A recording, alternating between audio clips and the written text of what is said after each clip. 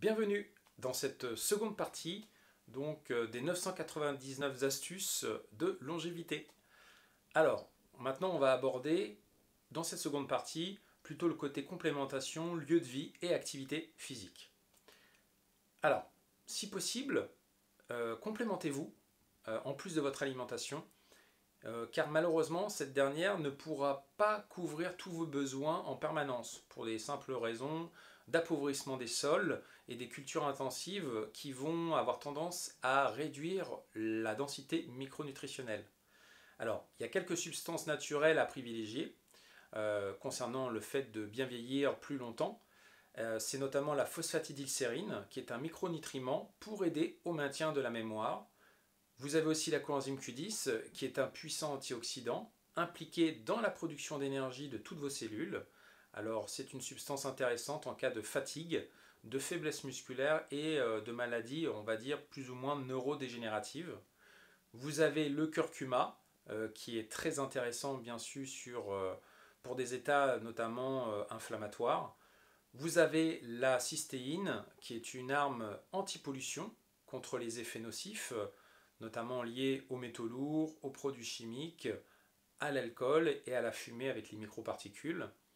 Vous avez le chrome pour vous aider à réguler votre taux de sucre dans le sang et transformer les acides aminés et les graisses. Vous avez le ginseng qui est une plante asiatique anti-vieillissement dans la pharmacopée chinoise depuis des millénaires. C'est une plante qui est aussi dite adaptogène, donc permettant à l'organisme de s'équilibrer lui-même pour faire face aux conditions extérieures. Vous avez bien évidemment dans le milieu de la ruche la gelée royale qui est très intéressante, bien que étant parfois onéreuse lorsqu'elle est de qualité. Vous avez la schizandra qui est une baie dynamisante. Vous avez le lithium qui est une baie aussi aux effets toniques sur la vue et le cerveau. Vous avez l'aubépine pour votre cœur. Vous avez le ginkgo pour votre cerveau, là encore, une autre plante asiatique. Vous avez la racine d'angélique pour les troubles féminins. Vous avez les protéines de la mer, comme les microalgues telles que la chlorella et la spiruline. Alors il faut savoir qu'une cuillère à café de ces microalgues, ça équivaut à 28 grammes de bœuf en termes de protéines. Et enfin, vous avez par exemple le bois de velours de cerf pour la régénération et la stimulation de la croissance. Le cerf a une peau sur ses bois qu'il perd de manière saisonnière. Et bien justement, ça contient des actifs très intéressants. Alors maintenant, on va passer au lieu de vie, qui est, je dirais, prépondérant, puisque c'est là où on passe quand même une bonne partie de notre temps, notamment au travers du sommeil.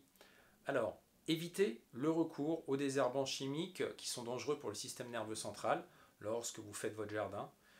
Respirez de l'air sain en aérant régulièrement votre habitation et votre lieu de travail et en utilisant des plantes dépolluantes comme le palmier nain, le ficus, le lys de paix et le lierre anglais.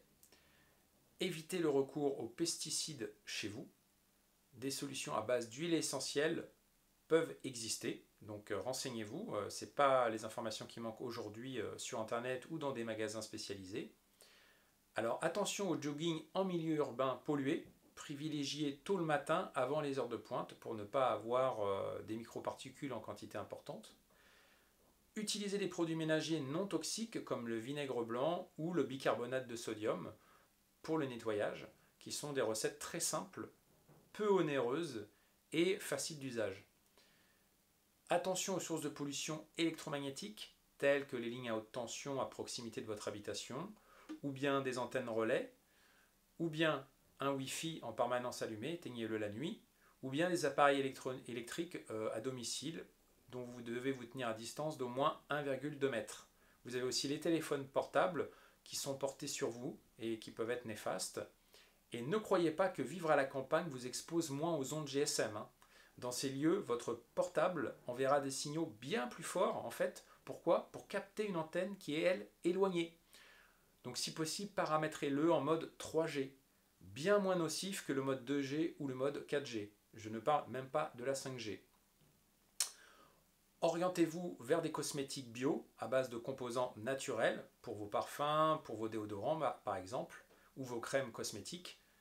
Évitez l'humidité chez vous. Éloignez les insectes avec la citronnelle, qui est une huile essentielle parfaite pour ça. Faites appel à un géobiologue pour expertiser votre lieu d'habitation et le rééquilibrer si nécessaire. Renseignez-vous, vous en aurez forcément quelques-uns autour de chez vous qui pourront venir passer 1 ou 2 heures pour diagnostiquer. Essayez autant que possible de vous ressourcer dans la nature, comme les forêts et les cascades d'eau, si vous n'y vivez pas. Il faut savoir que ce sont des lieux parfaits de revitalisation grâce aux ions négatifs qui y sont produits et dont votre corps a besoin pour transporter des électrons. Maintenant, on va parler un peu des activités physiques qui doivent être une part importante de votre hygiène de vie. Marchez au moins 30 minutes par jour. La plupart des centenaires qui ont été étudiés marchaient plus d'1 heure par jour. Il faut savoir qu'en fait la marche, elle réduit considérablement le risque d'AVC, d'accident vasculaire cérébral et de problèmes cardiaques. Faites aussi un exercice n'importe quand, comme les escaliers, au lieu de l'ascenseur. Balayez avec un balai au lieu d'un aspirateur. Garez votre voiture à quelques rues de la destination de façon à pouvoir marcher quelques instants. Faites du sport pour préserver vos os et votre cœur, car la contraction musculaire a plein d'intérêt pour le cœur, mais aussi pour le renforcement de vos os. Faites travailler les muscles de vos jambes. Alors, il y a dans une étude, la pratique de squat entraîne en fait l'augmentation d'hormones de croissance qui sont impliquées dans la masse musculaire et la force, la réduction de la graisse et l'amélioration de l'humeur et du plaisir sexuel. Prévenez aussi le diabète avec justement un exercice physique parce que ça va stimuler votre insuline et ça va réduire votre glycémie. Il faut savoir que 300 calories absorbées, pour les éliminer, ça équivaut grosso modo à 1 heure d'activité physique. Alors, beaucoup de centenaires ont un point commun aussi, ils pratiquent le jardinage. Alors, il faut savoir que le jardinage, bien qu'apparaissant comme une activité, je dirais, de personnes vieillissantes, on va dire, eh bien, en fait, ça tonifie les muscles, ça développe la patience et l'égalité d'humeur. C'est épanouissant et ça rend heureux parce que vous avez les mains dans la terre, retour à la terre, et il se passe des choses très intéressantes sur un plan électrobiologique. Pratiquez le tai chi pendant 30 minutes, 3 fois par semaine, et ça peut être adapté à tous les âges. Pratiquez la respiration profonde pour éliminer les toxines. Il faut savoir que seulement 30% sont éliminés par les selles et les urines. Tout le reste, c'est par la respiration. Donc, des activités comme le tai chi, le qigong, le yoga et la méditation sont tout à fait intéressantes. Dormez si vous le pouvez, idéalement 8 heures, pour laisser le temps au foie et à votre système immunitaire de se régénérer. Alors il faut savoir que peu de sommeil va encourager l'hypertension, des troubles de l'humeur, une augmentation du cholestérol, un affaiblissement du système immunitaire. Alors, il y a quelques astuces, bien évidemment, pour s'endormir si vous avez quelques soucis.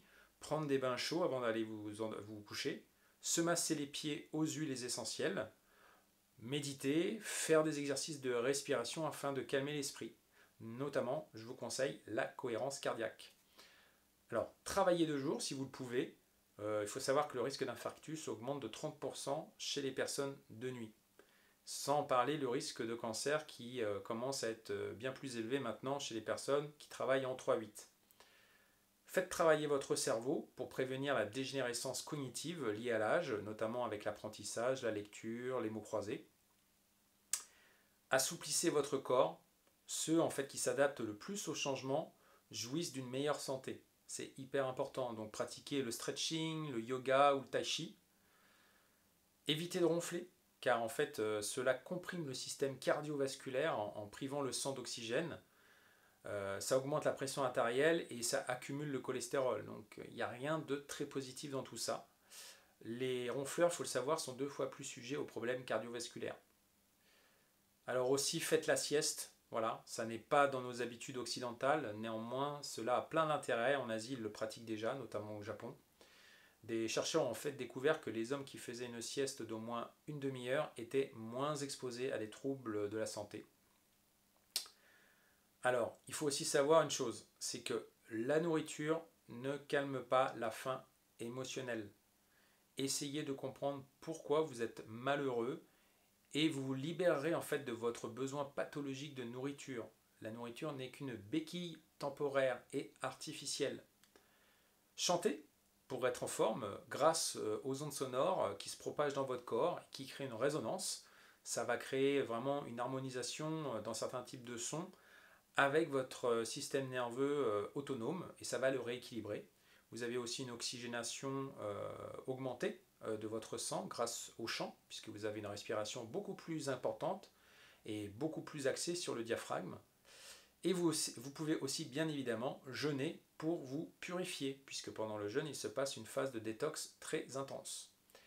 Voilà, donc j'espère que cette seconde partie vous a apporté plein d'informations utiles que vous pourrez intégrer dans votre quotidien selon vos envies, bien évidemment.